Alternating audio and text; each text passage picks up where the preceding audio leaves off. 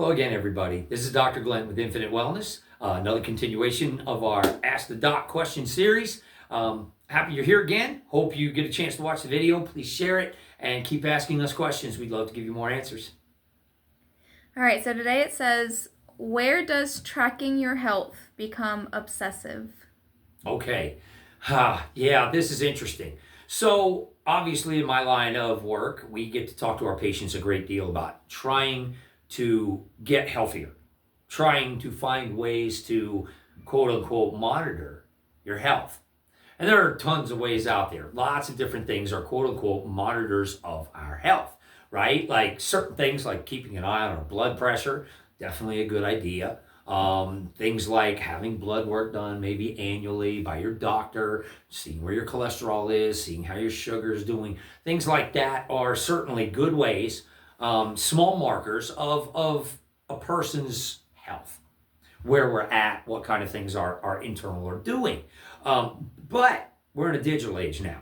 I'm sitting here in front of you at a digital camera, telephone camera, whatever this thing is.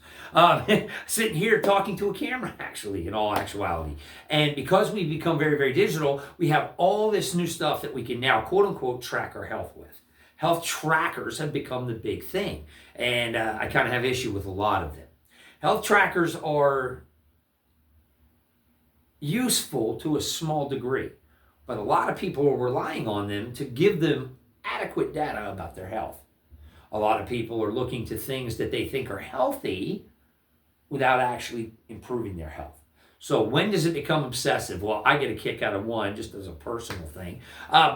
A lot of people are now tracking their sleep using a Fitbit or a tracking watch or an Apple Watch. Apple has programs for this, stuff like that.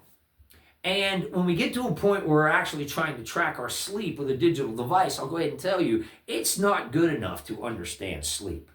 It can try to tell you how many times you rolled over or maybe woke back up, stood up, went to the bathroom. But that's not even a sign of health. Whether or not you're sleeping good is what we need to know. Not, oh, I overall got so many hours of sleep even. How well did I sleep? Was I rested? Did I wake regularly? Did I move around a ton? Could I breathe well? Do I have sleep apnea, et cetera, et cetera? And our Fitbits can't tell us that. Oftentimes, they give us misinformation. They tell us, oh, well, if you were wiggling your legs in your sleep, I know I do that, personal thing for us ADHD people, that you weren't really sleeping, you were awake. Well, no, I was dead asleep, I promise. Sometimes my body moves in my sleep. Doesn't mean I'm unhealthy. Just means that there is something being tracked that really doesn't need to be tracked in the way that we think. And the same thing goes for step counters and all these other things. I get a lot of people, the old days of the pedometer are starting to go away because now you can track it with your watch or your phone. But pedometers used to be a thing, and you would clip them to your shoe or clip them to your pant leg, and you would walk, and it would tell you how many steps you did. Problem with that. Here's where we get into obsessiveness. How many steps I did isn't important today. Not at all. Not for my overall health. If I walked 5,000 steps or 10,000 steps, am I healthier at 10,000 than 5? No. No. Not really. I didn't do anything different for my health. I was moving maybe for a longer time, but how many times are you getting steps when you're like me and you're just sitting in a chair at the computer, maybe typing something in, and your watch is measuring your wrist movement or your legs moving on a regular basis? I do that. So we're not really tracking health with that. That's not necessarily a health thing. If you have nervous energy, those things are going ballistic. I know, I tried them. They think I did 80,000 steps in a day, and I didn't even move that much. Well, it's my legs just moving, or me doing stuff with my hands, or me fidgeting around. I'm an active person, heaven forbid. Some of mine go miles up into it because I'm out running too. But is that a tracker of my health? No. Even stuff like going for a run. I love to run. Is it great for my health? Mental? Yes. Physical? How healthy really is running or walking? Let's talk about that.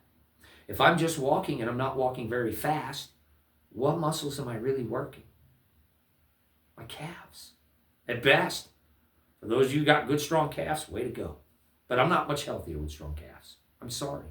I didn't challenge anything. Now, will my digestion improve if I go for a walk after I ate my dinner? Well, sure. Movement alone will do that. Whether you walk or whatever you do. But I'm not really tracking health. So all this 5,000, 10,000, 15,000 steps a day, we're not tracking health. Even when I run, it's a consistent run oftentimes. I go out, I reach a pace, and I hold that pace. My body becomes adapted and used to that pace. Am I really working my heart if twice a week I go run 5 miles, and in that 5 miles I keep a 12-minute mile pace every time I go? First time I did it, I was probably a little healthier because I couldn't have done that. It was hard. After a while, that becomes easy. Once it's easy, am I making my health any better by doing the same thing over and over and over again? No. Am I maintaining? Yeah, maybe a little bit. That's not a bad thing. But remember, you're not improving your health at that point. If you want to improve your health, now you have to go faster or farther or both. There always has to be a new challenge to meet. It's kind of like lifting weights. A lot of people go to the gym, use the same equipment, do the same amount of reps with the same weight over and over and over again. Your body accommodates to that load after a short period of time. And if all you do is the same thing, not only do you not stay the same, you actually kind of start to taper down because your body's used to that. So you have to continually, as a human, give yourself another parameter. Can I go a little heavier? Can I do a few more repetitions? Can I do it faster? Always has to be a new challenge. Nothing wrong with setting goals and trying to reach them and doing stair steps, but make sure that when you reach that goal, you don't just stay there. If you just stay there, technically you're slightly going down over time. You're not giving your body any new demand, and it will adapt and get used to that demand that you already gave it. And then you're just back to that's your baseline. Now, is that a better baseline than sedentary? Absolutely. So please start.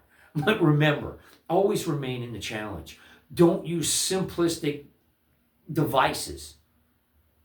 AI, all this new stuff, wonderful trackers to dictate your health. Just because I'm tracking something I'm doing doesn't mean I'm getting any healthier. Doing more than I did yesterday doesn't even mean I'm getting healthier, because tomorrow I may do a little less. So I didn't really change what I do on a regular basis.